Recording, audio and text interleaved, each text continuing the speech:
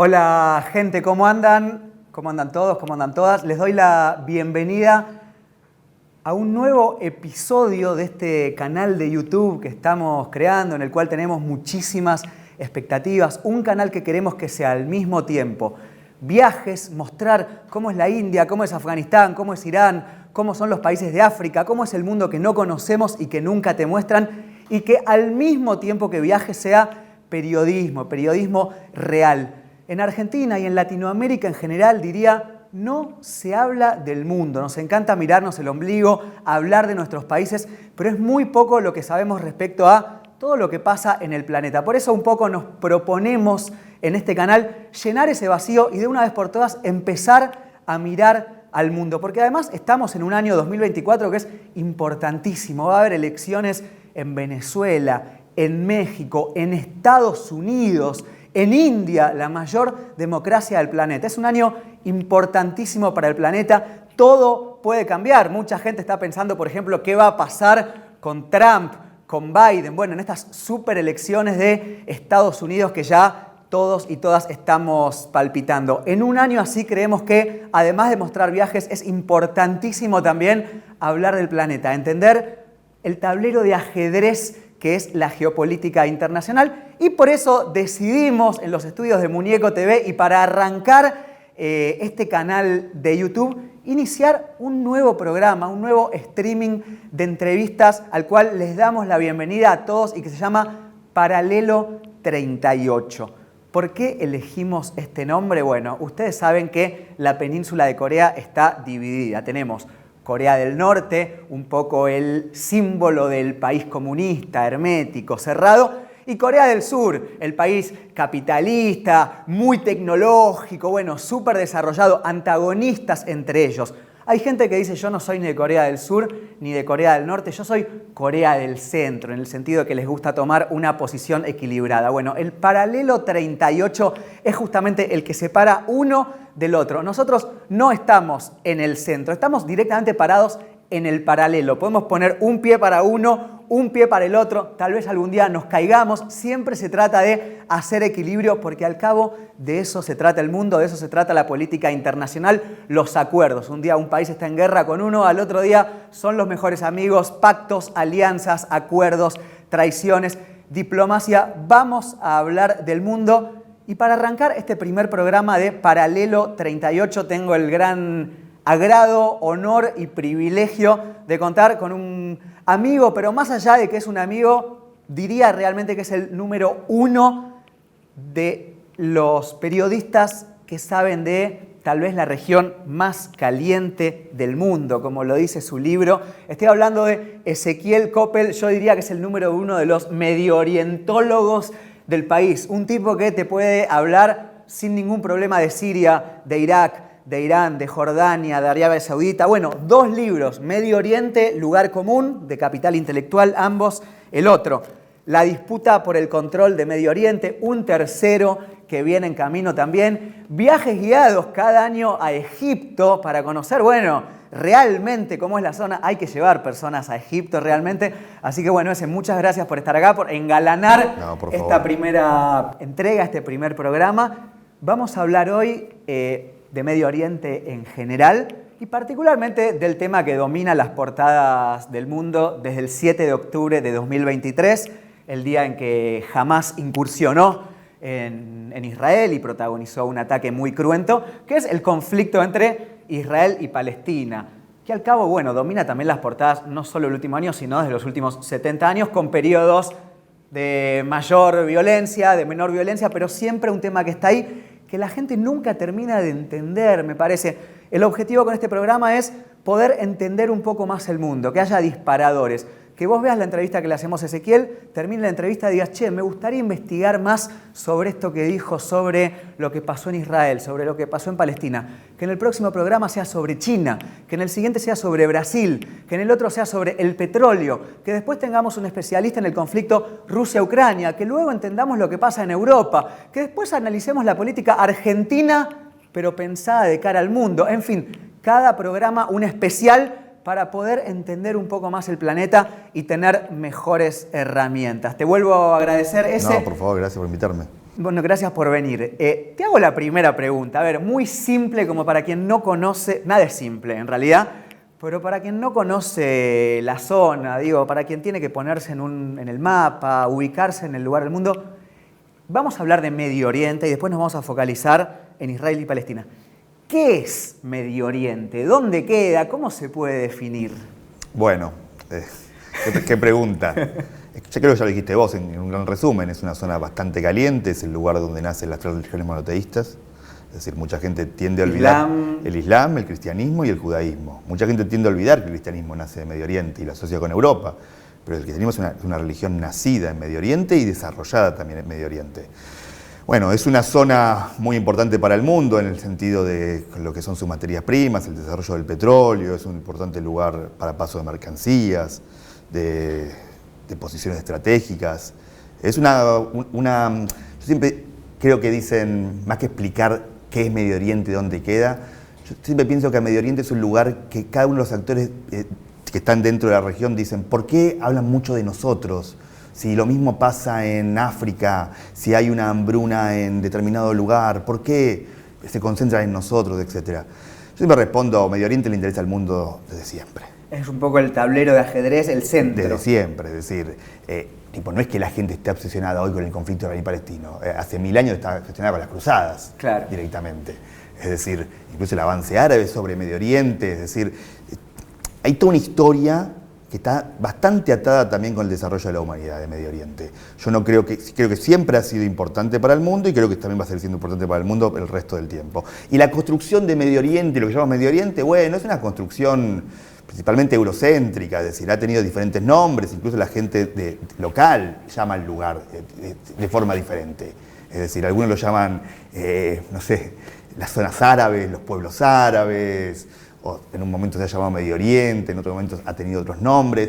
Digamos que los límites del actual Medio Oriente es una decisión más o menos eurocéntrica y que más o menos se coincide con algunas posiciones de determinados cancillerías o departamentos de Estado de países occidentales, directamente. Vos dijiste que en esta zona, ¿no? Una zona chica del mundo, es importantísima porque nacieron el Islam, el judaísmo y el cristianismo, las tres religiones monoteístas, como llamaste vos, porque bueno, después tenemos otras religiones como el hinduismo, que hay un montón de dioses, diosas, etc.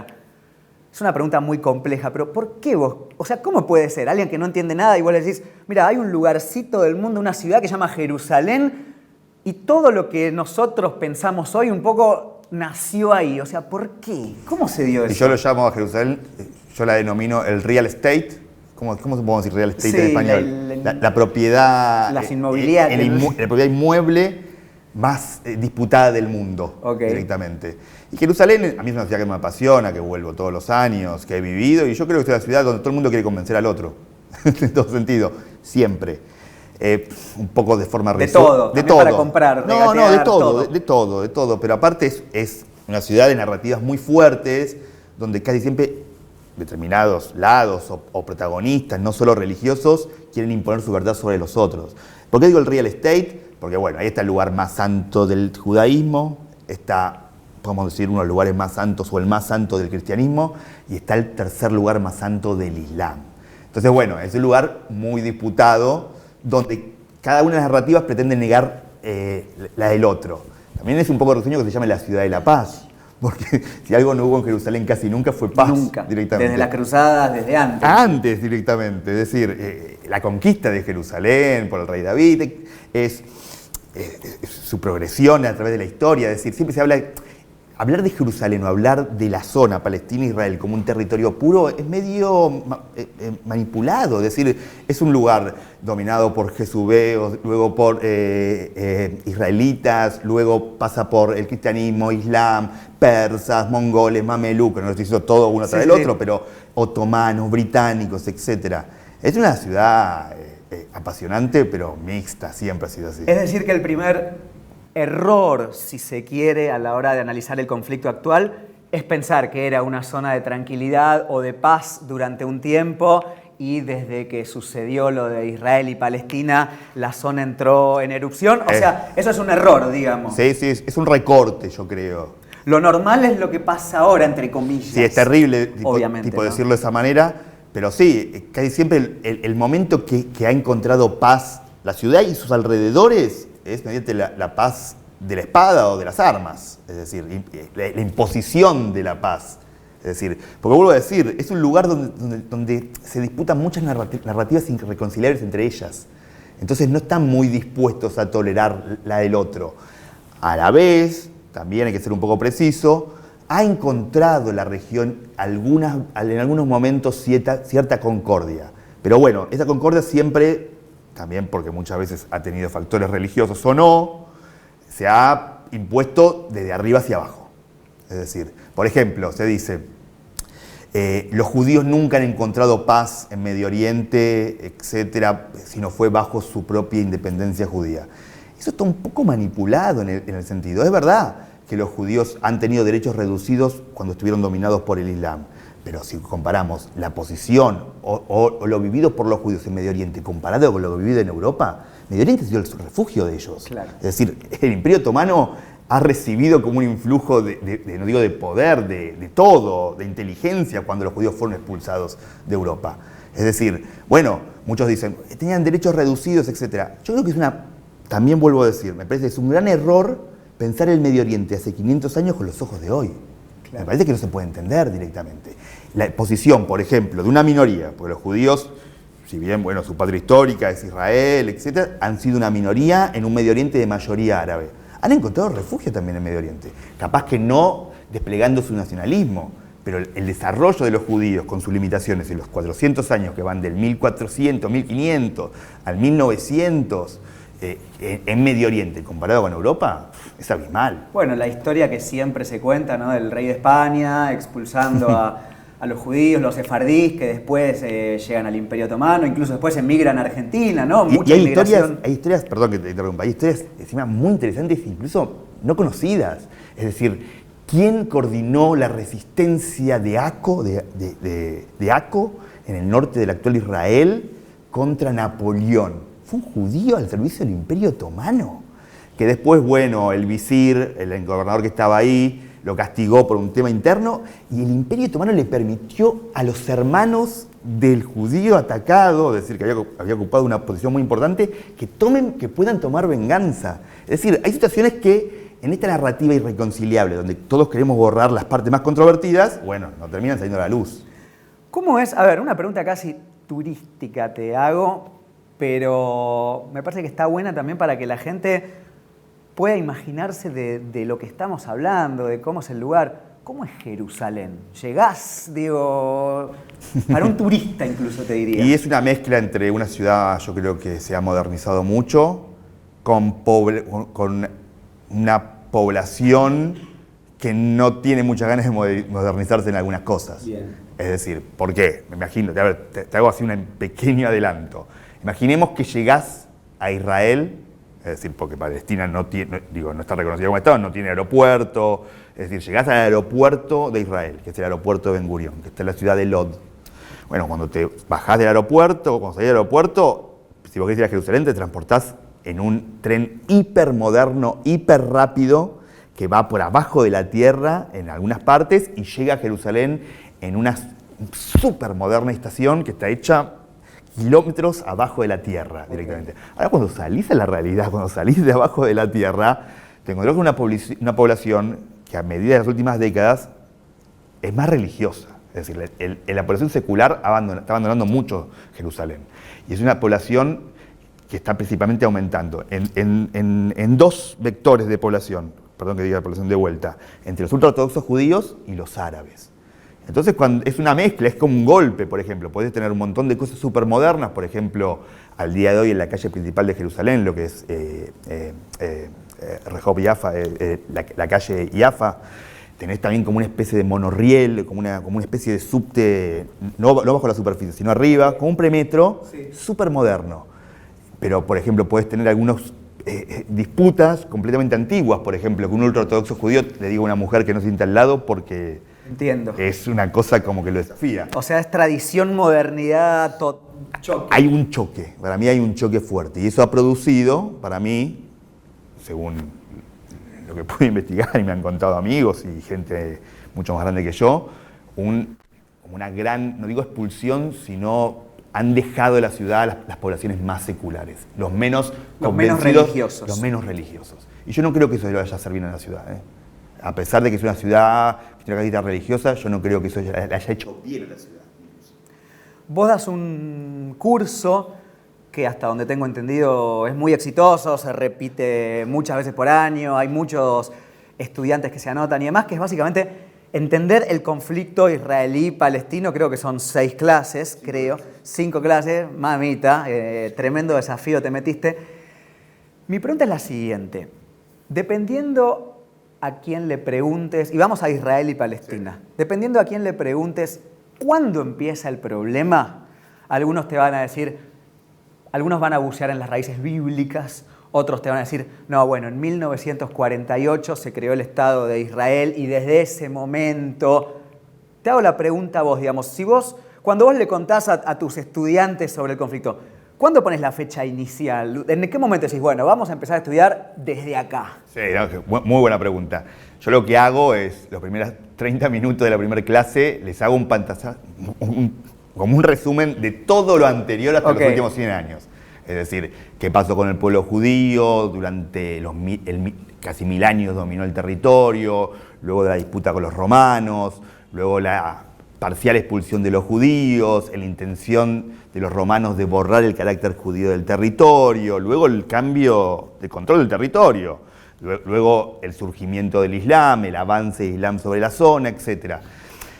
Es muy buena esa pregunta porque yo creo que cada uno de los lados le pone diferente. Es decir, del lado judío se asocia específicamente, me parece, que el problema empieza cuando los judíos pierden la autodeterminación en su tierra histórica en el sentido de que hay formado su Estado. Y bueno, y del lado palestino se asocia más a la creación del Estado de Israel. Yo voy un poquito más atrás y yo creo que el conflicto, como lo conocemos al día de hoy, que para mí no es un conflicto religioso, pero hay aristas religiosas en una zona que sacar la religión es muy difícil. Es decir, siempre el conflicto es permeable a temas religiosos, pero no es un conflicto 100% religioso, para nada, porque para mí, siempre lo digo, lo repito hasta el cansancio, si fuera un problema religioso, bueno, vamos a la iglesia a tratar de arreglarlo. Al concilio. O a la guerra de civilizaciones, porque si no se puede arreglar, es decir, donde prima la religión de los creyentes, no va a primar la religión la razón de pongámonos de acuerdo. Yo creo que como lo conocemos al día de hoy, empieza a fines del siglo XIX, más o menos, con lo que es el surgimiento del sionismo, que el sionismo, está asociado, es propio de ideologías que nacen en los últimos 200 años, que puede ser, no solamente ideologías, sino movimientos como el nacionalismo, pero también tiene como una vertiente que bebe del judaísmo mismo. ¿Qué quiero decir con esto? A ver si lo puedo llegar a desarrollar. El judaísmo está muy asociado a la autodeterminación en su tierra histórica. Es decir, los judíos dicen el año que viene te veo en Jerusalén, en las Pascuas judías.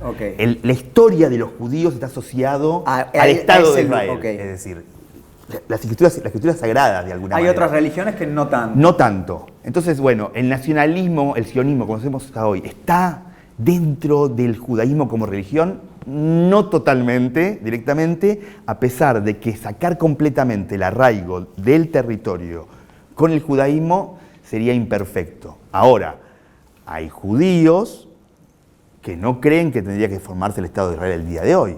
Judíos que no son religiosos y también hay judíos ultraortodoxos que no creen que tendría que formarse el Estado de Israel el día de hoy porque no creen que lo haya formado Dios, por ejemplo. Claro. Creen que el sionismo es una ideología específicamente secular, creada. Humana, creada, como se crearon casi todos los nacionalismos, es decir, fines del siglo XIX, principios del siglo XX, por judíos europeos que buscan colonizar, venir de Europa, colonizar Palestina. Un territorio que luego de, 2000 años, es de mayoría árabe en ese momento. Yo creo que la verdad, como en este caso, tiene un poco y un poco no. Es decir, el sionismo yo creo que es un movimiento colonial. Es decir, incluso los propios sionistas lo llaman un movimiento. Los propios sionistas antiguos hablan de que es un movimiento colonial. Incluso hablan de llevar la luz al lugar. Pero también es la ideología de liberación para muchos judíos, liberación nacional para muchos judíos. Que le estaban pasando muy mal. Que la estaban pasando muy mal. También yo uso otro latiguillo. Yo siempre digo que el sionismo antiguo no lo podés pensar sin el antisemitismo que sufrieron los judíos en Europa, como el sionismo actual no lo podés pensar sin el desarrollo de las colonias en Cisjordania. ¿Por qué digo esto? Porque ¿cuántos años tiene el Estado de Israel? Tiene 76 años, ¿no? 76, no me acuerdo. Sí, 1948. Sí, 1948 hasta hoy. ¿Y cuánto tiene la ocupación militar sobre los palestinos? 56 años, 55 años. Estamos hablando más de 3/4 de la historia. Es decir, lo ha modificado un poco. Volviendo a tu pregunta, porque lo estoy abreando, capaz que tengo que responderle un poco más adelante eso. Yo creo que como lo conocemos al día de hoy, empieza a fines del siglo XIX, cuando se conforma como el movimiento sionista, que vuelvo a decir, que bebe mucho de la historia judía, pero, a ver, el que lo crea, como lo conocemos el día de hoy, que es Theodor Herzl, era un periodista secular, que no había circuncidado. Tipo que no era religioso. No había circuncidado a su hijo. Claro. De alguna manera. Él dice que el problema judío no es un tema económico, no es un tema social, sino es un tema... En época de antisemitismo, mucho antisemitismo europeo, sí. Pogroms, Todo. matanzas... Sí, y es más, su posición la desarrolla cubriendo un juicio contra un militar francés muy importante, acusado de espionaje, y él cuando ve el juicio se da cuenta que ese juicio está basado en muchas teorías antisemitas directamente. Entonces él dice, el problema judío es un problema nacional. Los judíos tienen que ser mayoría en un territorio y tienen que administrar su futuro. Bueno, él tira esa piedra directamente, luego de eso hace un libro y luego se crea lo que es el Congreso Sionista, etc. Creo que el sionismo, a partir de ese momento, desarrolla un proyecto de buscar una determinación nacional en diferentes lugares, luego se termina imponiendo, hay diferentes ofertas, está la oferta de Uganda, la famosa oferta... De Argentina incluso. De Argentina... No hay una oferta argentina. Él en su libro habla de Argentina y de Medio Oriente. Si vos lo lees te das cuenta que favorece más Medio Oriente, pero da como dos ejemplos. Uganda fue una oferta que le da la corona inglesa, que no es Uganda, vos que sabes bien de África, es Kenia en el día de hoy. Luego el Congreso Sionista se divide, la mayoría no apoya esa opción y se concentran todos en la idea de lo que es el sionistas para Sion. Porque obviamente Jerusalén tenía esa carga, la ciudad y santa. Es lo que une. Pero a pesar de todo eso, el sionismo en esos años no era el proyecto más exitoso del pueblo judío. Es decir, no era mayoritario tampoco.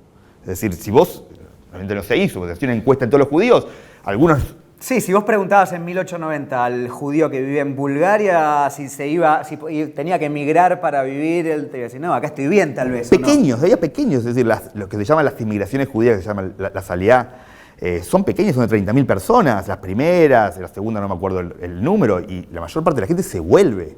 Y encima es de un carácter más tirando a lo que es la centro-izquierda o izquierda, que incluso, para complicar más el tema, este tipo de carácter de colonialista, de buscando la independencia nacional, la autodeterminación nacional, en un territorio muy lejano a Europa, es decir, también empezó a provocar fricciones. ¿Por qué? Porque también es la idea de crear un judío nuevo, un hombre nuevo. Claro. Y el hombre nuevo tiene que ver trabajar su propia tierra. Y esto empezó a provocar fricciones con los árabes que se dieron cuenta que la llegada de ese influjo de judíos de Europa no les daba trabajo a ellos. Claro. Si no, ellos querían trabajar la tierra ellos mismos. A ver, recapitulando. 1880, 1890, finales del siglo XIX, donde decidimos hacer el corte temporal, ¿no? Hay obviamente millones de cosas antes. Aparece la ideología del sionismo, fundada por Herzl, un periodista europeo. Sí, el nombre no es de él, pero sí vamos a ponerle que él era el carácter como lo conocemos ahora. Sí, listo. Y bueno, el sionismo básicamente propone la creación, ¿no?, de un Estado nacional para los judíos que estaban desperdigados en diferentes lugares. Y finalmente se termina adoptando esta idea de que, bueno, va a ser en donde actualmente es Israel. Sí, sí. En síntesis, principios más o menos, del siglo XX. Primera década del siglo XX pasa eso. ¿Qué había en ese momento en el donde hoy es el Estado de Israel? Tenemos que pensarlo así. Desde, ¿cómo lo resumo? Desde el siglo VII de la era moderna hasta el siglo, más o menos, siglo XI, el control es, o 10, el control es musulmán, es islámico, más o menos. Luego hay pequeños periodos donde el control es cristiano, no me acuerdo, creo que uno va de 40, 46 años, otro va de 12 años, y luego viene un control musulmán. Hay pequeños periodos donde cambia un poco. Pero en general, y después podemos decir que se inaugura un control islámico otomano desde 1517 hasta 1917. Los otomanos son los turcos. Los turcos. 400 años del Imperio Otomano dominando el territorio. En 1917, en el medio de la Primera Guerra Mundial, los otomanos juegan para el lado que termina perdiendo. Sería, o abrir otra campana para hablar. Pierden y su imperio se desarma en Medio Oriente. La parte de Medio Oriente llamada Palestina, conocida como Palestina, por un arreglo espurio, vamos a llamarlo de esa manera, entre Francia e Inglaterra, también en un momento participó Rusia, le queda a Inglaterra. Y de 1917 a 1947 el territorio lo domina el Imperio Británico. A partir de eso hay otro mojón importante, ¿qué es? Que en 1917, cuando Inglaterra entra al lugar, ellos promulgan la Declaración de Balfour. Que eso es un parteaguas importante, ¿por qué? Porque no te voy a explicar a vos, pero en ese momento el Imperio Británico era el más fuerte, podemos decir que era el imperio más fuerte del mundo. Ellos dicen que ven con buenos ojos el establecimiento de un hogar nacional judío en el territorio de Palestina. Pero ese llamado tiene algunos problemas. Primero, hogar nacional judío es un término vaguísimo. Claro, no dice nada. Okay. Y no habla nada de la mayoría de la población árabe ahí. O no, dice respetar, etcétera, pero no dice el nombre claro, palestinos, etcétera. Eso yo creo que produce una nueva andanada que es, en ese momento, las poblaciones más o menos, ponele que fines del siglo XIX eran 6% de judíos, 80 y pico por ciento. Una convivencia pacífica en general. Sí, hubo masacres, etcétera, pero podemos decir, a ver, siempre alguien te va a notar casos de masacre, de ataques, etcétera. Después también está la otra campana, desarrollos, siglos de que la misma familia viven en el lugar. Hay casos excepcionales, como por ejemplo los judíos llegaron a ser el 30% de la población de Bagdad. Para muchos judíos, Jerusalén era Bagdad, no era Jerusalén. La comunidad judía de Irak, cuando se forma el Estado de Israel, promulga una declaración, ellos hacen una declaración diciendo no reconocemos el Estado de Israel. Fue un poco complicado porque luego la corona iraquí hizo que todos los judíos no puedan participar de empleos públicos. Entonces terminaron quedando entre la espada y la pared. Pero volviendo al tema, entra el Imperio Británico y declara esto. A partir de este momento se inicia una nueva como dinámica. El sionismo toma más fuerza. Toma mucho más fuerza. Los líderes sionistas dicen, este no es... no es lo que yo esperaba, pero es un importante nacimiento. Es decir, el Imperio Británico y los árabes palestinos, árabes cristianos, se dan cuenta, palestinos musulmanes, palestinos cristianos, se dan cuenta que ya no es la intención de un grupo minúsculo de locos, claro, por decir, o de soñadores, sino que hay un importante actor que está viendo con buenos ojos el establecimiento de un hogar nacional judío en el territorio. Y tiene una nueva dinámica. Bueno, entonces, llegamos a 1917, esta declaración, empiezan a llegar, efectivamente, ¿no? Judíos de diferentes partes del mundo. Ya venían llegando, pero ¿qué pasa? Segunda Guerra Mundial. Claro. Es decir, el sionismo tiene un aliciente muy fuerte. Acá hay una disputa mucho dentro de lo que es el movimiento sionista. Al día de hoy es, Israel se hubiera creado si la Segunda Guerra Mundial no se hubiera creado. Con la Segunda Guerra Mundial, creo que es obvio que estamos hablando, pero para algún desprevenido, holocausto, campo de concentración. Persecución con leyes de los judíos y muchos judíos se terminan yendo al territorio buscando un refugio. Se produce una situación complicada también, porque los palestinos ven que ellos están pagando, son el lugar donde van a pagar la expulsión de los judíos. Algunos no tienen una posición solidaria, tratan de presionar a los ingleses para que no reciban a los refugiados judíos, y ahí se produce como una combinación ya no entre dos, sino entre tres, donde la corona británica trata de ver para dónde tira. Y la posición de los británicos va cambiando. En ese momento, el problema para los palestinos que vivían en el lugar y que ven cómo empiezan a llegar extranjeros, ¿era un problema religioso en el sentido no queremos que lleguen judíos? ¿O era un problema más de tierras, de recursos, o todo? Fue una mezcla. Yo, como te decía, es largo de cómo desarmarlo, pero bueno, hay un montón de cosas de la llegada de colonos judíos al territorio que polariza a la población palestina del lugar. Primero con un montón de cosas típicas de colonos, es decir, vos qué haces cuando... Es importante marcar esto. La colonización o el desarrollo sionista en lo que hoy se conoce como Palestina, o todo el territorio de Palestina, que tiene 3 nombres en verdad. Los musulmanes lo llaman Palestina como territorio, los judíos lo llaman Eretz Israel, la tierra de Israel, y los cristianos lo llaman Tierra Santa. Se desarrolla comprando tierras, no mediante la... Hay casos, pero no mediante la... En general, llegás y compras, alquilás. Es decir, ¿y quién te la vende? Medio archivos, medio secretos, palestinos o nobles, que tenían mucho. Bueno, cuando vos haces, ¿qué haces cuando compras tierra? La acercás. Sí, claro. Le pones una torre, una atalaya, etc. ¿Qué pasa si sos un palestino que estuvo en el mismo territorio pastando sus ovejas durante 100 años? Después te tocas con el cerco. Todo empieza a provocar resquemores. Encima, el judío, no todo, pero un tipo judío que viene de Europa, viene con muchas ideas propias de ese momento socialista o de centroizquierda que hablan de un judío nuevo, trabajar la tierra. Es decir, la llegada de esos colonos no termina de... Herzl vendía mucho el proyecto, Herzl se reunió con muchas personas importantes. Yo creo que inauguró un curso de acción de parte de los sionistas. Yo no lo digo sin ningún dejo descalificativo, digo por el movimiento sionista de acercarse a una gran potencia para canalizar los intereses. Herzl decía, no vamos a era medio soñador, como llevar la luz al lugar, etc.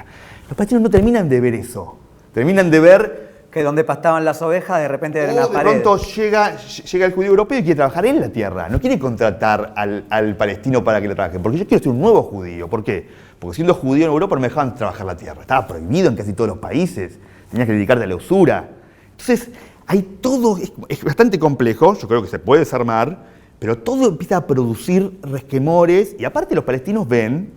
A pesar de que muchos judíos buscan una convivencia pacífica, sionistas digo, incluso algunos proponen un Estado binacional directamente, que la llegada del sionismo al territorio busca cambiar el carácter del territorio.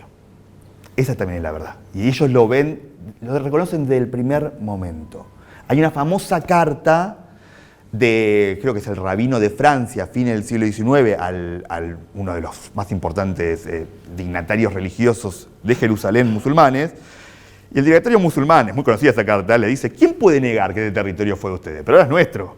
Es decir, y no creo que ustedes vayan a ocupar este lugar, vaya a ser mejor o vaya a traer paz.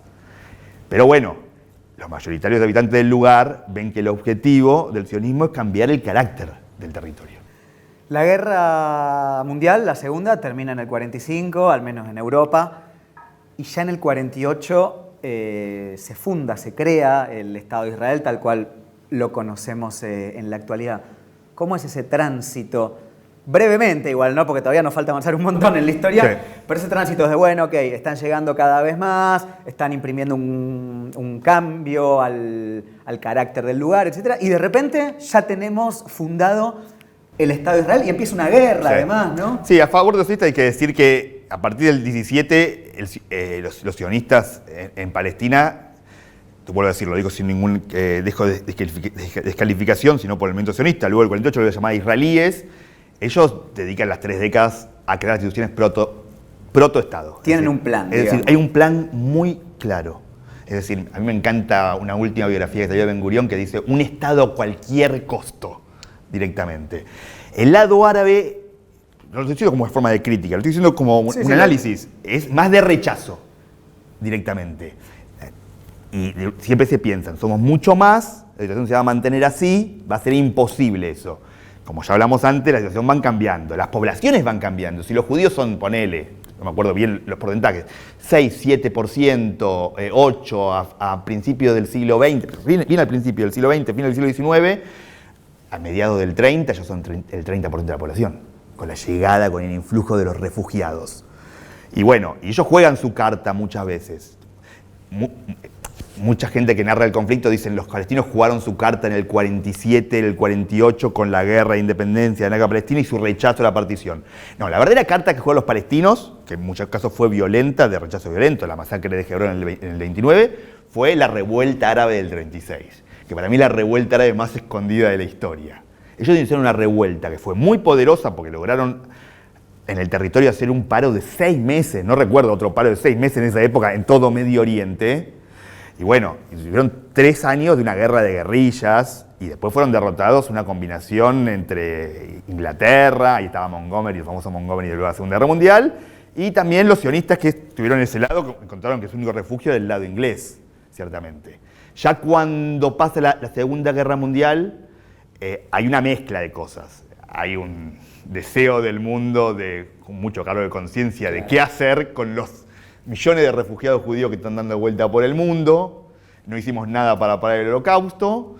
Y bueno, hay una coincidencia de las dos grandes potencias del mundo en votar en las Naciones Unidas para partir el territorio en un Estado judío y un Estado árabe. ¿Hablamos de Estados Unidos y la Unión Soviética? Y la Unión Soviética. O sea, ahí estuvieron de acuerdo. Sí, que mucha gente dice, cada uno tiene su opinión, pero mucha gente dice, el mayor justificativo a un Estado judío en el territorio es porque acá estuvimos nosotros los judíos hace 2000 años y dominamos por 1000 años el territorio. Bueno, eso es la opinión es una opinión respetable. Yo creo que el mayor justificativo, la mayor carta por presentar es la decisión de la Mancomunidad de las Naciones en 1947 por mayoría de crear un Estado judío al lado de un Estado árabe. Claro. No solamente un Estado judío, partirlo. Mucha gente después dice, bueno, en el 47 se votó, se aprobó, pero los árabes y los palestinos rechazaron esa partición, como habían rechazado otra partición que es la partición de Pell del 37. Y eso les condena a que sufran lo que sea. Yo creo que ahí hay manipulaciones de la cuestión. Es verdad que el lado palestino ha tenido un rechazo constante a crear un Estado judío ahí porque vieron cambiar la estructura de la población, vieron perder derechos de privilegio, muchas cosas. Pero yo creo que ese rechazo ha cambiado en los últimos, te diría, casi 30 años. Para mí, hace 30 años hay una gran moderación, vamos a decir, pero con el Hamás hay una gran moderación de parte del lado palestino de no solamente aceptar la partición del 47. Te hago un pequeño resumen, más o menos, de la partición del 47. El territorio se divide, 50% se le da a los sionistas, 45% se le da a los palestinos. Pero en el Estado sionista iba a haber más o menos 600.000 judíos y 500.000 árabes o palestinos. En el otro iba a haber, ponele, 800.000 árabes y solo 10.000 judíos. Eran casi dos estados que tarde o temprano iba a ser de mayoría árabe, ciertamente. Sí. Se contaba que, ¿por qué también se aceptó eso? Se contaba que el Estado judío iba a recibir todos los millones de refugiados y se hablaba de cambio de poblaciones. Pero luego en esa guerra, que los israelíes la conocen como la guerra de independencia, y los palestinos como la Nakba, porque hubo expulsión de palestinos en ese momento, Israel avanzó cuando Israel se conformó, cuando estaba conformando, avanzó sobre otro 28% del territorio. Es decir, el 78% del 100%, a partir de 1949, lo ocupa Israel. Los palestinos hoy, con su grupo mayoritario, que es la OLP, no quieren el 45 del 47, ni el 100 de 1917. Hoy, Gaza y Cisjordania es solo el 22% del 100% del total. Para mí es una moderación enorme. Nadie está diciendo Tel Aviv es nuestra, digamos. Lo dirá Hamas, etcétera, pero no es el grupo mayoritario, es el grupo que firmó Oslo, si querés después lo hablamos, no es un acuerdo de paz, es una hoja de ruta, el que firmó un acuerdo con Israel. 22% del 100 es una moderación terrible. Después vamos a la otra campana, es que Israel nunca le ofreció ese 22%. Ni en Camp David del 2000. A mí me quedó una cosita, y que me imagino que quien está viendo el video, la entrevista, le quedó lo mismo que a mí. Vos hablaste del 50 y el 45. Sí. Falta un 5. Ah, sí, bueno, está en Jerusalén, justo que hablaste, claro. Perfecto. La comunidad internacional, que bueno, no sé, es una respuesta, no sé si la comunidad internacional pensaba esto, crear a Belén, Betlehem y Jerusalén como ciudades internacionales. Como en su momento pensaron con Estambul, por ejemplo. Sí, exactamente. Es decir, y que de esa manera esas ciudades iban a tener control internacional. Yo no sé si la mejor alternativa. Al día de hoy, la ciudad vieja de Jerusalén, que es una ciudad murallada, donde están los lugares santos de las 3 religiones, que tiene 4 cuartos, judío, armenio, árabe y cristiano, no sé si no sería la mejor solución hacer que una especie de guardia suiza patrulla ahí adentro, porque a partir de eso lo veo bastante difícil. Vos dijiste que, bueno, se forma el Estado de Israel.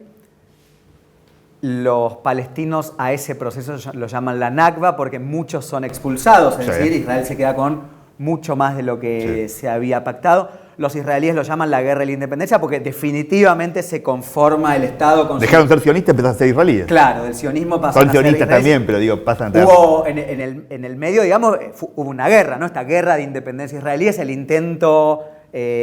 o sea, ¿cómo es? ¿No aceptan la partición o hay gente que ataca? Es así. La partición que se vota el mismo día que nació mi mamá, por eso estaba como predestinado que me interese esto. Bueno, es aceptada por el lado sionista, está aprobada por mayoría, en una votación muy interesante, donde, como vos dijiste antes, votaron las dos superpotencias juntas a favor de la partición. Gran Bretaña se lavó las manos. Argentina también se abstuvo, pero fue uno de los primeros países, si no creo que fue el primero que mandó un embajador al territorio, primero o segundo directamente. Bueno. Y ahora quiere cambiar la embajada. Y ahora quiere hacer unos cambios que me parece que son un poco complicados para la resolución del conflicto. Porque bueno, digamos que Jerusalén, después vamos a hablar de eso, fue anexada y por qué sería complicado mover la embajada. Bueno, a partir de ese momento los sionistas aceptan la partición porque crean un Estado judío, los palestinos y los países árabes la rechazan, los países árabes dicen que debido a esto cerca de 1 millón de judíos que habitaban tierras árabes van a estar en riesgo. Yo creo que eso fue un error directamente porque también polarizó a judíos que vivían en tierras árabes que se sentían árabes. Claro. Pero hablaban árabe, se sentían árabes, su patria era Irak o Libia. La gente piensa, una breve aclaración, que árabe y musulmán es lo mismo. Y no, digo, vos si naciste en Irak en su momento, que es un país del mundo árabe, tranquilamente puede ser judío, cristiano. Sí, vos viste ese temita de árabe. Uno dice que es el lenguaje, otro... Bueno, exacto, pero la cuestión árabe no tiene que ver con religión. Es simplemente con un lugar nada. donde nacés, con un mundo al que perteneces. Así como tampoco uno podría decir que hay... Es raro, ¿no? Que hay árabes nacidos en Argentina. Es raro decirlo. Eran musulmanes, ¿no? Digo, pero bueno, está siempre ese... De descendencia, capaz. De descendencia árabe. Son términos que yo creo que son muy polarizadores, pero en el fondo son como medio comodines algunas veces. Bueno, a ver, yo veo atrás de cámara, veo cambios de baterías y cosas de ese estilo. Siento que podemos hablar 6 horas de esto, tal vez incluso hacemos una segunda entrega. Me interesa avanzar tal vez un poquito más rápido para llegar al momento actual, ¿no? Que al cabo, digo, lo que estamos viviendo es 7 de octubre, bueno, todo lo que vino después, lo que pasa en Gaza, etc. Pero está bueno este raconto histórico desde finales del siglo XIX hasta, bueno, se crea el Estado de Israel. Guerra 6 días, otro mojón importante. ¿Cuándo? 1977. ¿Qué pasa? Sí. O sea, ¿cómo es? Exactamente, como decís vos, Gaza es ocupada desde el momento antes de la República, antes que Nasser forme la República Egipcia, Nasser y otros, también Mohamed Naguib, Sadat, etc. Lo que es el Movimiento de Oficiales Libres Egipcio. Gaza es ocupada por la monarquía egipcia y Cisjordania es ocupada por la monarquía jordana. Okay. La diferencia entre los dos ambas árabes y musulmanas. Ambas árabes y musulmanas. La diferencia es que los jordanos le dan ciudadanía a los palestinos porque anexan Cisjordania. Es un puntito interesante porque tomaron una posición diferente a la que tomaron otros países árabes con los refugiados palestinos que en algún lugar no tienen ni ciudadanía o tienen diferentes derechos.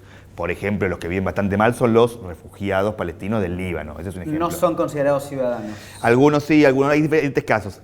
Hay trabajos que no pueden hacer, lugares donde no pueden vivir, etc. Jordania, por supuesto, tenía un proyecto que es, bueno, administrar los lugares santos musulmanes. Más adelante... Y consolidarse como país. Y consolidarse como país. Un país que no tiene nada, que vos sabés, que no tiene petróleo, no tiene gas, que está creado por los ingleses así de forma casi random, fortuita, o por una decisión. Los palestinos también resienten un poco esto. Creo que es el año 51, si no me falla la memoria, en el Domo de la Roca, en Al-Aqsa, en Haram el-Sharif, es asesinado el rey jordano por un palestino que lo acusa de hacer un acuerdo con Israel para... En el lugar principal del Islam, digamos, la ciudad. Que lo acusa de hacer un arreglo con Israel secreto, un arreglo espurio para dividirse, como una parte la administraba Israel y otra parte la administraba Cisjordania, lo administraba los jordanos. En el 77 hay un hecho de que para mí pone el conflicto a como lo conocemos el día de hoy. En ese momento, la resistencia palestina, Fatah, que se crea por esos años, la OLP, que se crea en 64-65, habla de liberar todo el territorio. Ellos dicen, hay una ocupación de todo el territorio. Es decir, O sea, los israelíes son intrusos, hay que sacarlos. No hablaba mucho de Gaza y Cisjordania porque pensarlo de una forma casi operativa. Es decir, no vamos a hablar mal del lugar que nos da refugio para atacar al que creemos que creó todo el problema. Se entiende, se produce como un desarrollo, un curso de acción donde Nasser presiona a Israel con algunas movidas un poco amenazantes, bastante amenazantes. Mandar soldados a frontera. Mandar soldados a frontera, expulsar a los cascos de las Naciones Unidas, cerrar un estrecho, etc. Israel, es decir, desde Egipto se presiona. Desde Egipto. Es un curso de acción que empieza con amenazas de Israel a Siria, la Unión Soviética quiere proteger a Siria y lo toca Nasser. Eso dejémoslo a un costado.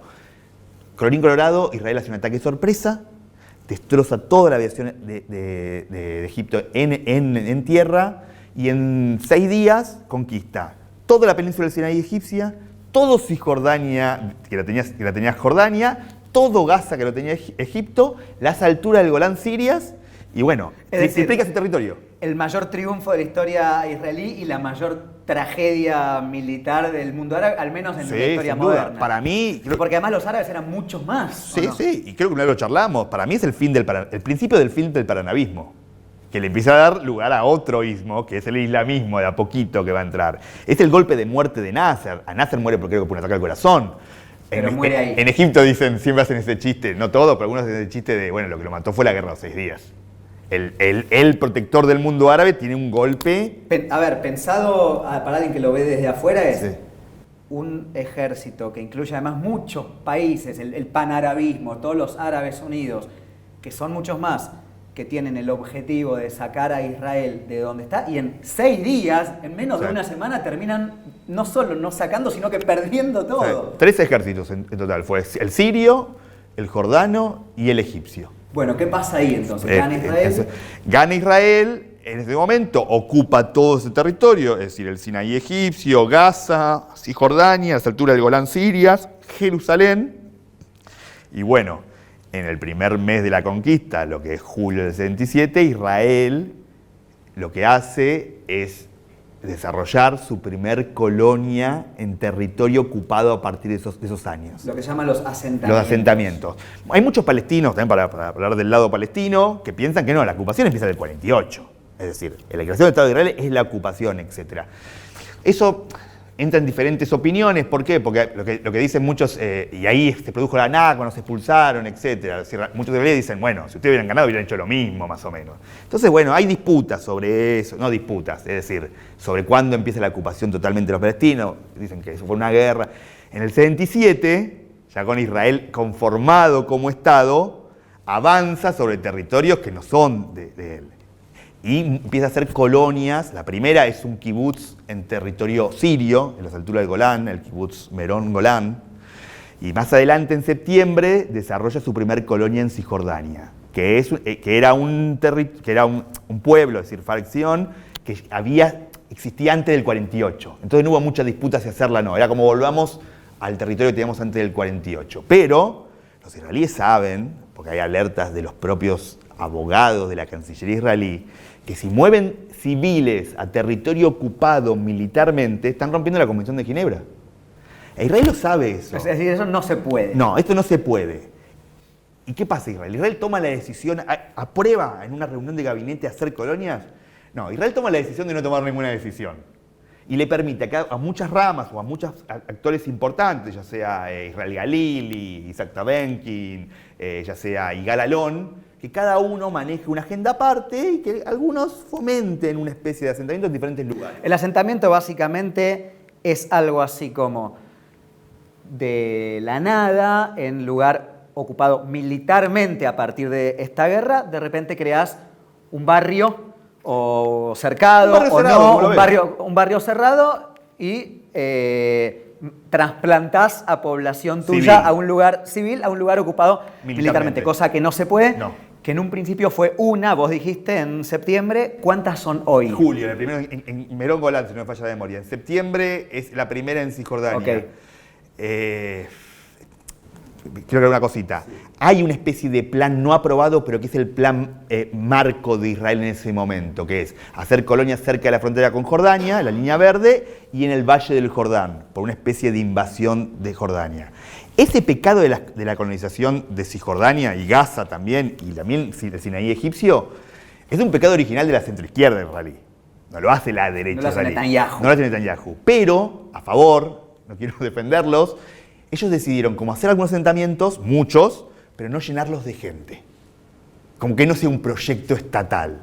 Todo eso cambia a partir del 77, que si bien hay 80 colonias en el 77, cuando llega la derecha por primera vez al gobierno de Israel, había solo 77.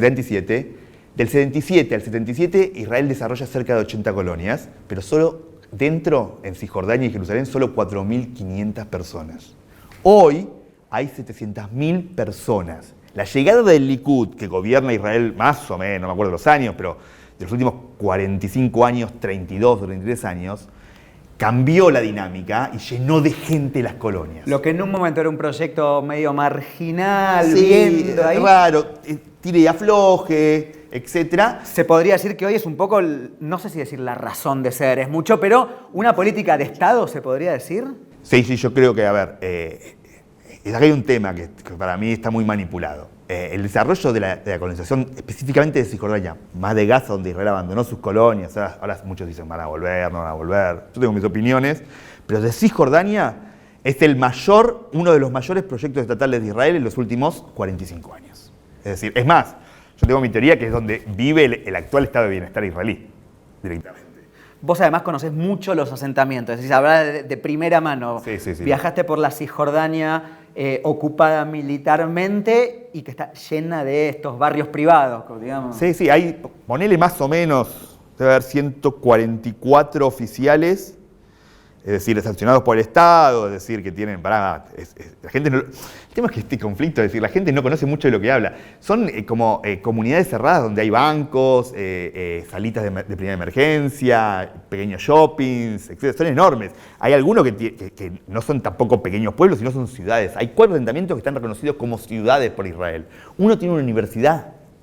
Es decir, la idea es, yo creo que la actual idea es que no haya mucha diferencia entre lo que Israel propiamente dicho, con la Israel en Cisjordania. Es borrar los límites. Vuelvo a ese tema. Hay 140, más o menos 44 legales y hay 146 ilegales. Es decir, que Israel no los reconoce como asentamientos hoy, pero les da seguridad, les da agua, les da electricidad, etc. Así que tenemos más o menos 300 asentamientos. Vamos a volver ahora en un ratito al tema de los asentamientos, que creo que es clave. El argumento israelí, muchas veces válido, sin duda es, nosotros ganamos la guerra de los 6 días y no solo que la ganamos, sino que después devolvimos un montón de cosas. Nos fuimos del Sinaí, que otra vez hoy pertenece a Egipto. Bueno, no entramos a Gaza y a Cisjordania, después entró, es un argumento válido, ¿o no? Sí. Por supuesto, también el argumento válido de los palestinos es voy a resistirme hasta el momento que recupere o que algunos quieran recuperar todo, otros son más pragmáticos y querrán hacer algún tipo de arreglo. Son válidas las dos posiciones. El tema, yo siempre lo pienso de otra manera. Yo siempre lo pienso, siempre se dice que los palestinos están perdiendo una oportunidad. Los palestinos siempre han perdido una oportunidad de hacer un arreglo para llegar al final. Puede haber sido que en un montón de momentos haya sido.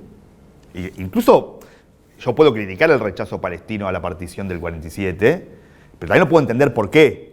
Es decir, ciertamente. Y me es muy fácil hoy criticarlo fuertemente con el diario del lunes. Claro, y no con el pastor que de repente ve la pared. Obviamente, y no una población que vio que de ser el 80% de la población terminaron siendo el 60%, es decir, cómo le fue cambiando y sigue pensando que iba a perder un poco más. Yo creo que hoy el que está perdiendo una oportunidad de aprovechar una oportunidad es Israel. Porque hoy tenés, y más tenías hace 20 años atrás, con la LP bien fuerte, el actor más importante de los palestinos dispuesto a aceptar el 22% de todo el territorio. Sí, lo que pasa es que Israel, ahí viene la disputa, lo que es la disputa manipulada, principalmente de ambos lados, pero Camp David, porque acá lo que se disputa es principalmente las conversaciones de Camp David del 2000, donde Barak, luego de muerto asesinado Rabin, se reúne con Arafat en una ciudad de Barak de Israel, Arafat perdón que no los dos líderes más importantes. A instancia de Clinton, que se está terminando la presidencia y quiere llegar a un acuerdo, los mandan a una importante ciudad, a un lugar de descanso estadounidense, como es Camp David, donde ya se había hecho el acuerdo israelí-egipcio, que estén cara a cara y que se arreglen. En ese acuerdo, en esa intención de acuerdo, esas conversaciones, Israel le da una oferta muy buena a los palestinos. Entonces, muchos israelíes dicen, fue una oferta muy buena. Sí, sí, fue buena, pero era menos del mínimo que los palestinos pueden aceptar. ¿Qué le ofertó Barak en ese momento? Barak primero le oferta el 89% de Cisjordania, el 100% de... Excepto Jerusalén. Digo, excepto Jerusalén, que no le ofrece, una parte de Jerusalén Este para hacer su capital, 100% de Gaza, ningún retorno de los refugiados propio del 48 y un Estado desmilitarizado. Los palestinos lo rechazan. Le ofrece un poquito más a instancias de Clinton, los palestinos lo rechazan. Dicho sea paso, Gaza y Cisjordania no están comunicados entre sí. No están comunicados entre sí. Mucha gente dice que no se puede hacer un Estado. A mí me parece una tontería porque, bueno, si vos vas a Israel y ves la modernidad de cosas que se han hecho, puentes que van desde un risco a otro risco. Hay muchos estados que tienen partes separadas. Una autopista, por abajo, por arriba. No me parece el gran problema. No es el problema, ok. Incluso los acuerdos de Oslo reconocen que Gaza y Cisjordania es una entidad unida. Entonces, cuando mucha gente dice Gaza no está ocupada, ¿por qué se levanta? No. Los palestinos piensan que Gaza y Cisjordania es lo mismo. Entonces, si está ocupada Cisjordania, está ocupada Palestina, para algunos que quieren llegar a algún tipo de arreglo. Le ofrece más Barak. Pero acá está el tema de la cuestión. Barak nunca le ofrece lo que es la posición de la OLP, que se mantiene imperturbable del 90 hasta el día de hoy, que es el 96 o 98% de Cisjordania, el 100% de Gaza, una solución simbólica de los refugiados, no importa lo que digan en la Cámara, lo que se discute atrás, que es plata, de la misma manera que los judíos recibieron plata de la Alemania nazi, es decir, un arreglo, es decir, como reparación, un arreglo, y el control, y este es un punto súper clave, porque no hay ningún líder palestino que exista hoy, o que nazca en 1000 años, que lo va a aceptar, que el pueblo palestino lo vaya a aceptar, está bien ese líder, que es el control de los lugares santos musulmanes.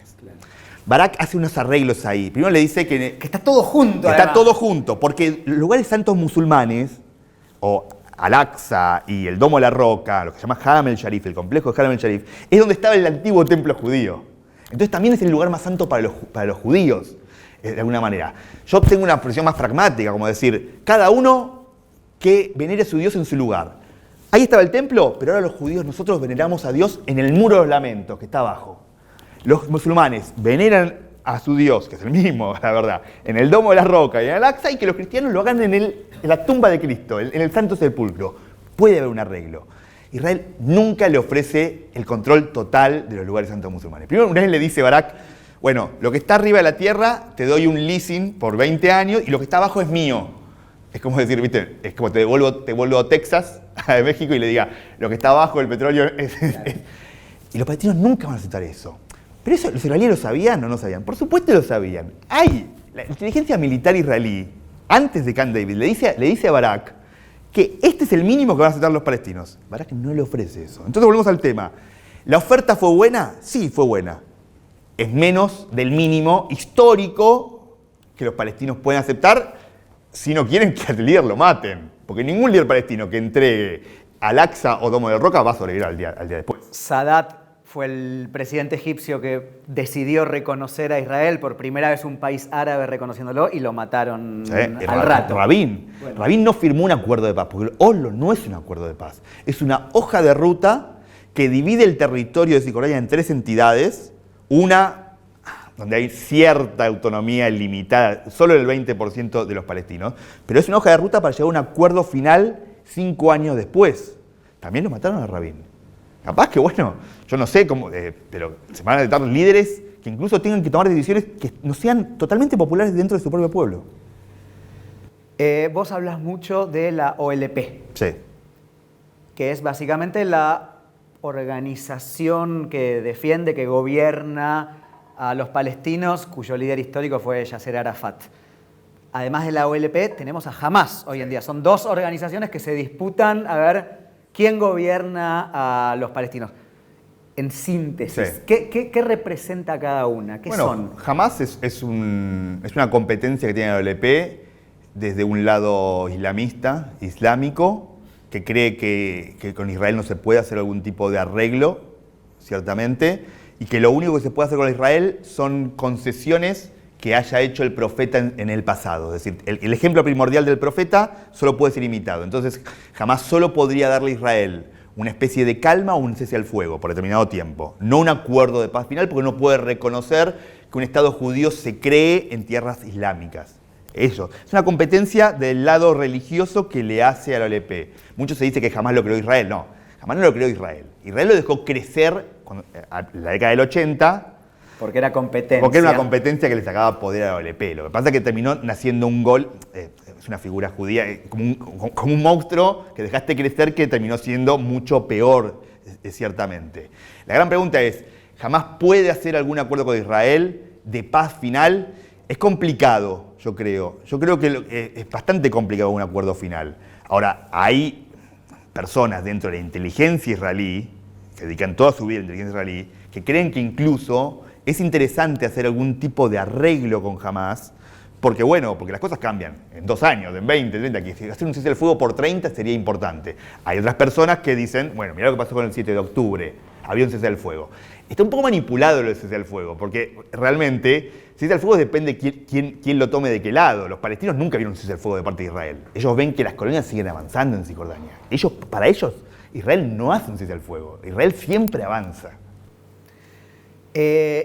Hablamos de Hamás. La OLP sería, a ver, para quien nunca escuchó, digamos, la Organización para la Liberación Palestina, más pacifista, podríamos decir, o... En un momento, la OLP, 50, 60, incluso en el 70, cuando secuestraban aviones y se produjo la masacre de los atletas israelíes en Múnich, terrible masacre, un acto completamente despreciable, era el Hamás de esa época, claro, como por decirlo de alguna manera. Después hubo...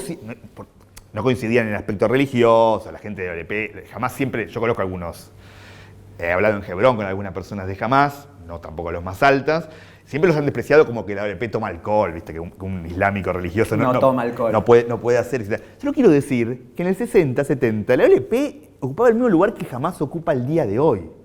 Y ahí sí yo creo que es un socio. Hay mucha gente desde el espectro israelí más de la derecha que dice, no, la OLP lo que quiere es la destrucción total de Israel, esto es un entrismo directamente. Bueno, vamos al otro lado.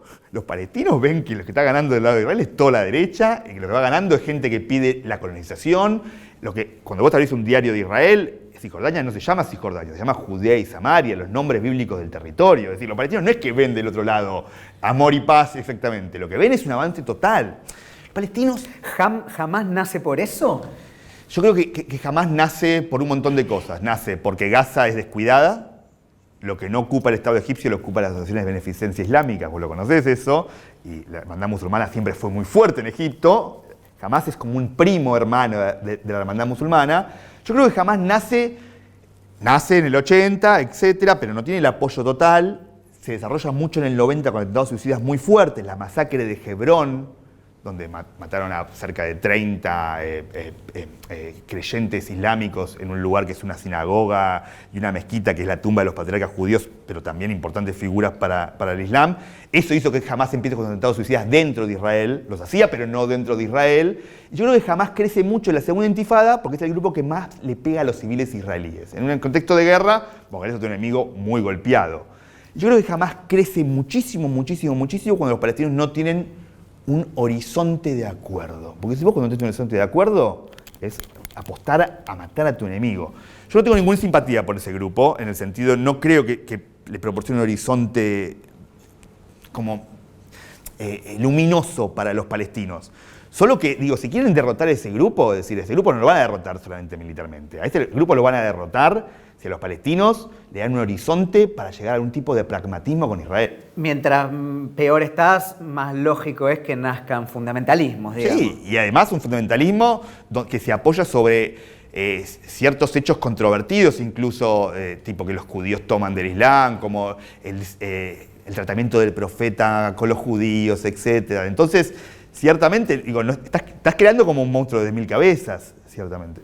Volvamos ahora a los asentamientos. A ver, pasamos mal que mal por los acuerdos de Camp David, bueno, lo que vos explicaste perfectamente de Barak, bueno, pasamos por Arafat, por la OLP, mal que mal avanzamos. Hay otra oferta también, Anápolis del 2008. pero también hay cosas, nunca terminan de ofrecer el 98%. Ok, como que nunca terminan de acordar. Son dos posiciones medio irreconciliables, nadie quiere dar el brazo a torcer. Sí. Y mientras, como vos decís, los asentamientos avanzan. Es decir, en Cisjordania, que es lo que quedó después de la Guerra de los 6 días, bueno, después de Palestina, cada vez hay más barrios privados, podemos llamarlo así, y también checkpoints. A lo que voy es, ¿qué implica para un palestino la existencia de los asentamientos en Cisjordania en su vida cotidiana, en su vida real? ¿Cómo lo ven? ¿Qué significa? Y hay una palabra que para mucha gente es medio una palabra maldita, que es la palabra apartheid, ¿no? Y mucha gente dice, hay, no hay. Bueno, creo que está todo metido en la misma bolsa, ¿no? Sí, yo creo que se puede disputar el término apartheid dentro de Israel, a pesar de que yo creo que un ciudadano árabe israelí que tiene todos los derechos que un ciudadano judío israelí, se encuentra con algunas trabas en algunos temas, como por ejemplo... En Israel. En Israel, donde puede vivir, etcétera. Después siempre una persona dice, pero hay un juez árabe israelí de la Corte Suprema, eso indica igualdad. Es un poco más complicado. Ahora me parece bastante controvertido, me parece como difícil una persona que recorre Cisjordania y no ve que hay dos sistemas para dos poblaciones en el mismo territorio. Que es la definición de apartheid. Sí. Ahí me parece complicado. Si querés, podemos debatirlo el tema de Israel, podemos negarlo, etc. En Cisjordania es muy, muy difícil. Incluso no lo digo yo, lo dice gente que vivió el verdadero apartheid. Uno de los jueces que presentó Sudáfrica en esta disputa que hay ahora en La Haya, etc., es una persona que fue comentarista de las Naciones Unidas en el territorio ocupado, y él en su libro, yo ojeé en lo que es su biografía, para una nota que hice hace poco, él dice que conoció solo 3 apartheid en la historia. Sudáfrica, donde es él, Namibia y los territorios ocupados palestinos. Ahí hay dos sistemas. ¿Qué significa para los palestinos? El desarrollo... Ejemplo básico. Claro, el desarrollo claro de las colonias implica un límite a su movimiento. Claro, es decir, implica que si vos estás, te lo digo porque yo lo he vivido, estás en Albire, que es un barrio de Ramala, y mirás para arriba y tenés Sagot, ahí arriba una montaña. Y Sagot está lleno de luces, tiene una pileta de natación, etc. Y vos capaz que hablaste de Albire y no tenés presión de agua. Y Sagot es un asentamiento. Un gran asentamiento, etc. Y el agua es limitada y fue para ahí y no para acá, digamos. Que hace vinos, que se puso muy famoso cuando la vicepresidenta de Estados Unidos tomó ese vino en la Pascua judía que se hizo en la Casa Blanca, etc. ¿Y qué significa? Significa que cada asentamiento limita su movimiento. ¿Por qué? Porque después hay que proteger esos asentamientos. Entonces hay checkpoints, hay lugares donde no pueden caminar los palestinos. En un lugar que es Palestina. Que es Cisjordania, que es Palestina. Que es Palestina. Digo, que va a ser, no sé si lo voy a ver yo, pero yo sigo siendo optimista que yo creo que van a ser un Estado palestino. Es decir, en ese lugar. Después, bueno, habrá que discutir qué pasa con los colonos. ¿Se quedarán en el territorio? ¿Serán ciudadanos palestinos? ¿No serán ciudadanos palestinos? ¿Se van a evacuar? Etcétera. Pero las colonias, para los palestinos, es el ejemplo más claro que les recuerda que están bajo ocupación militar. Así de simple. Por ejemplo, yo quiero ir en Cisjordania, de una ciudad, no yo, un palestino quiere de una ciudad palestina a otra. Hay efectivamente checkpoints. Sí, a ver, pensámoslo de forma clara. Yo estoy en Nablus, en Shechem, como la conocen en Israel, el nombre hebreo. Quiero ir hacia Ramala, ya tengo el primer asentamiento. Creo que sí, el primer asentamiento, el primer checkpoint. Ahí me pueden dejar pasar o no, puede estar cerrado o no. Luego agarra la ruta 60. La ruta 60, que es toda una ruta que atraviesa todos los asentamientos directamente. La mayoría, unos cuantos asentamientos muy, muy radicales. Yo los coloco casi todos porque los he visitado, todos, los he investigado, etc. Tenés, allá a Belén, tenés 4 checkpoints directamente. Que, si vos sos israelí, no hay checkpoints. Es decir, sí, haces así, hola, y no te paran, etc.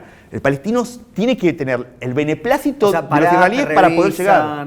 Etcétera. Sí, si te ven medio sospechoso, hay mucho de lo que es la seguridad visual, es decir, te ven, cómo actuás, pero es decir, si el día ayer, antes de ayer, hubo un atentado, lo primero que hizo Israel fue cerrar los checkpoints y quedás enganchado en tu poblado. Y después hay zonas donde donde los palestinos no pueden entrar, es decir, los colonias no pueden entrar, es decir, los palestinos no pueden entrar.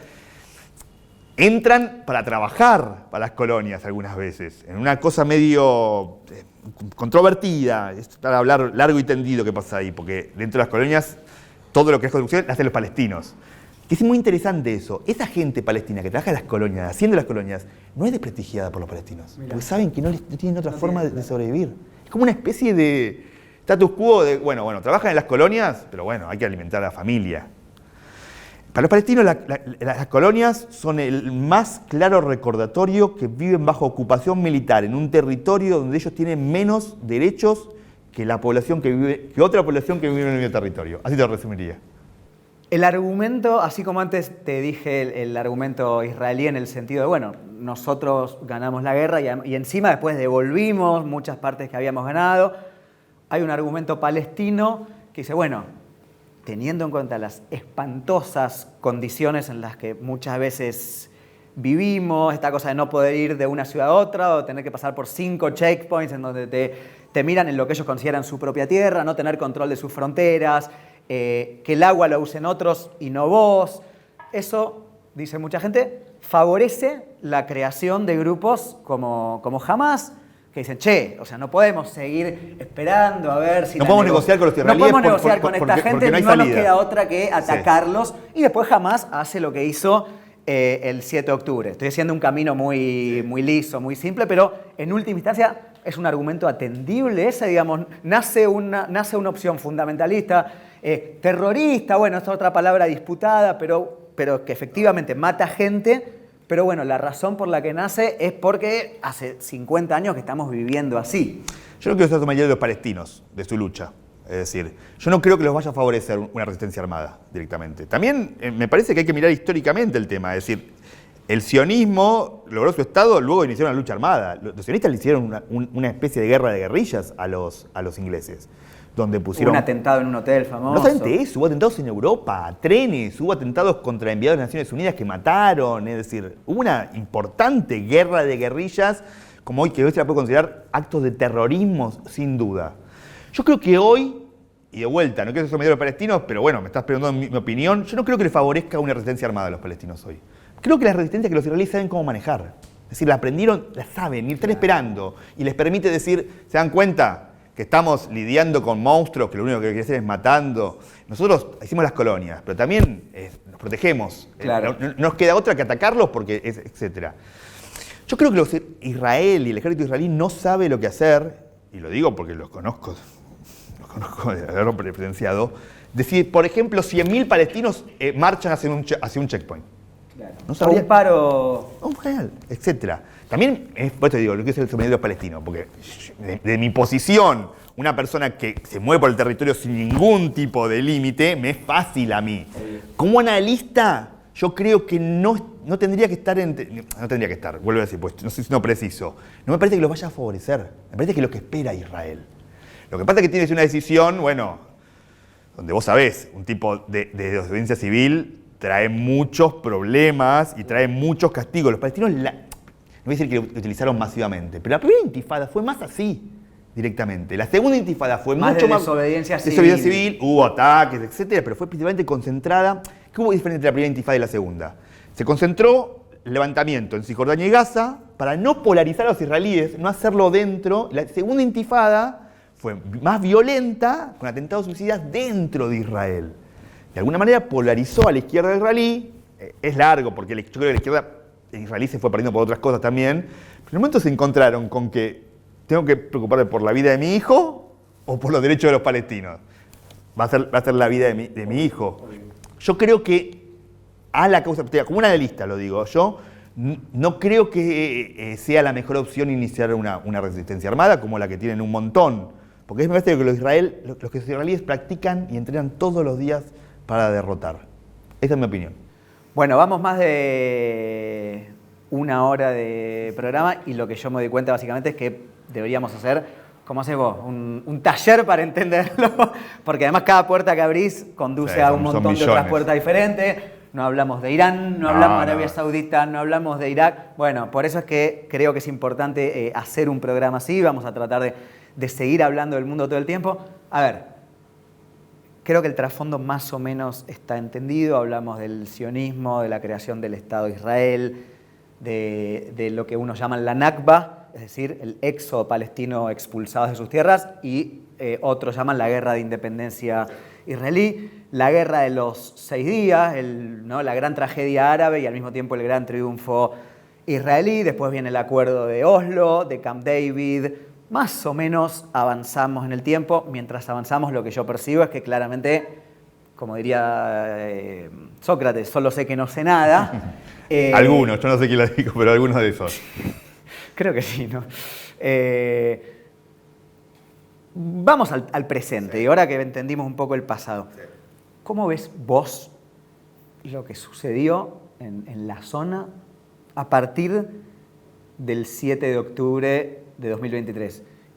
Y podemos, entre comillas lo digo, entender por qué nació Hamás, por qué hizo lo que hizo, digo, no se puede justificar no, para nada. La brutalidad, pero digo, podemos salir de simplemente la condena y bucear en las razones históricas del conflicto, el surgimiento de los grupos y más. Bueno, lo que pasó a partir de ese día, ¿no? Y que incluye también después el ataque terrible de Israel sobre Gaza.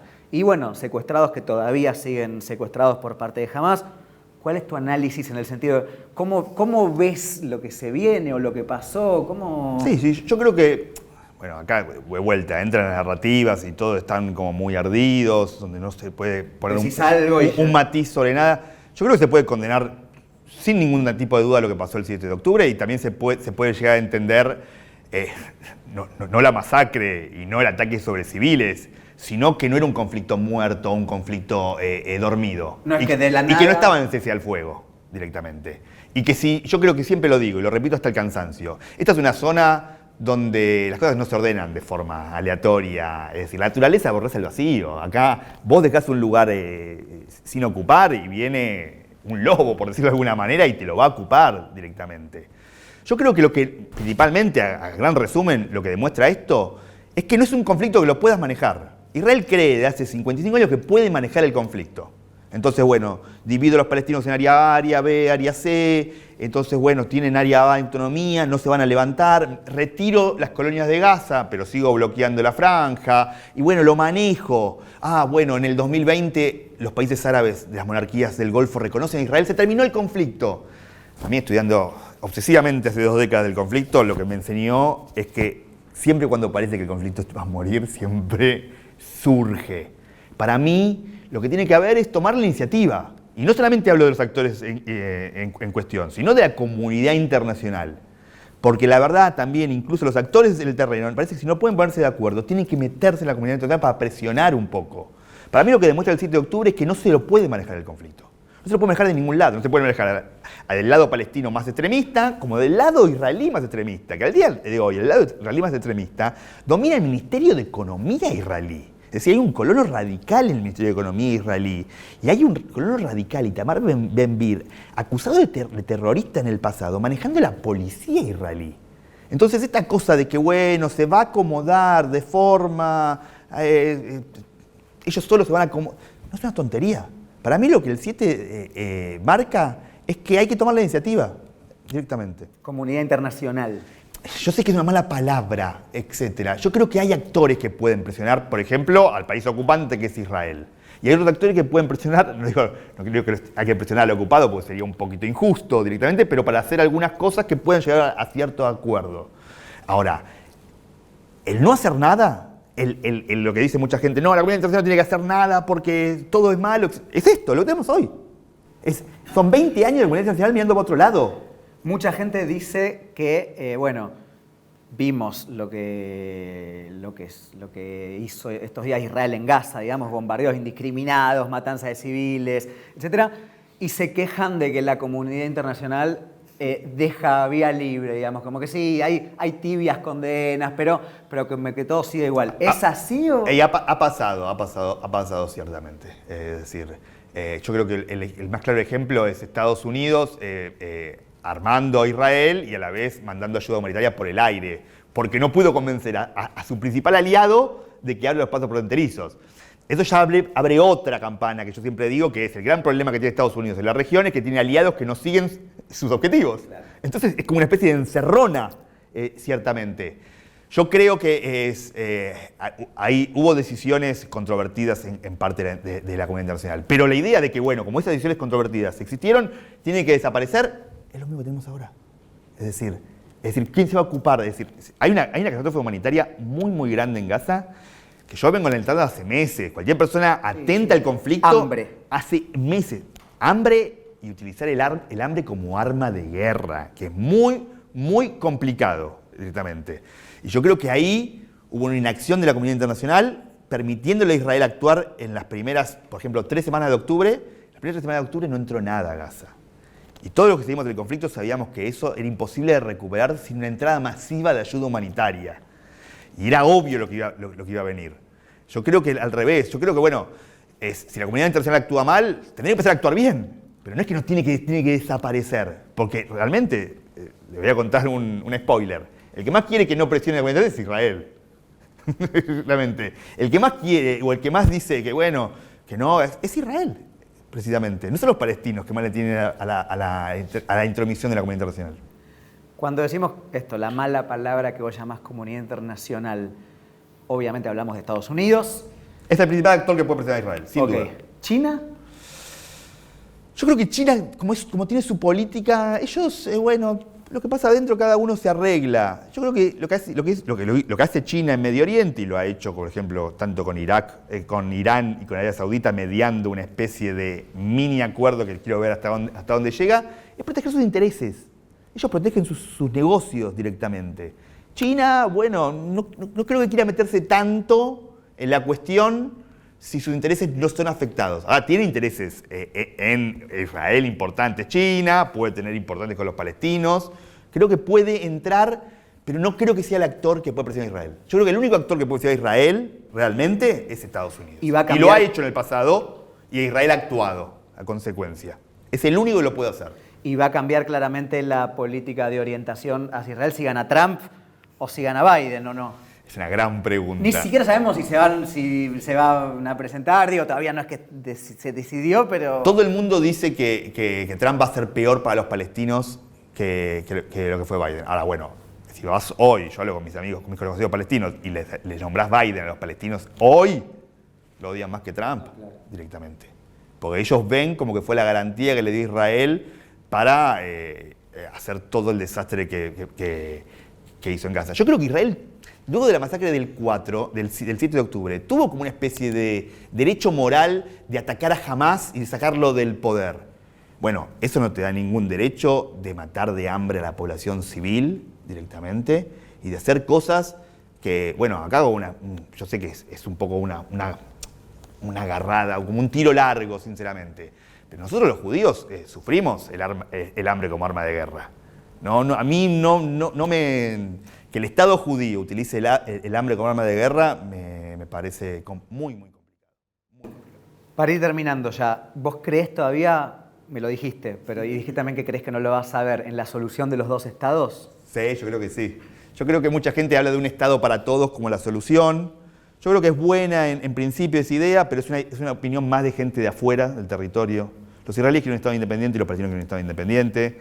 Y si bien yo creo que es una buena idea, es una noble idea el Estado para todos, quiero ver a los israelíes que le den el ejército a los palestinos, quiero ver un montón de cosas... Que hoy parecen utópicas. Utópicas. Y Israel y Palestina no es Sudáfrica tampoco. Con todos los problemas que tiene Israel, los conoce más que yo, tampoco es en sus ramificaciones, en sus detalles, presentaría otros problemas.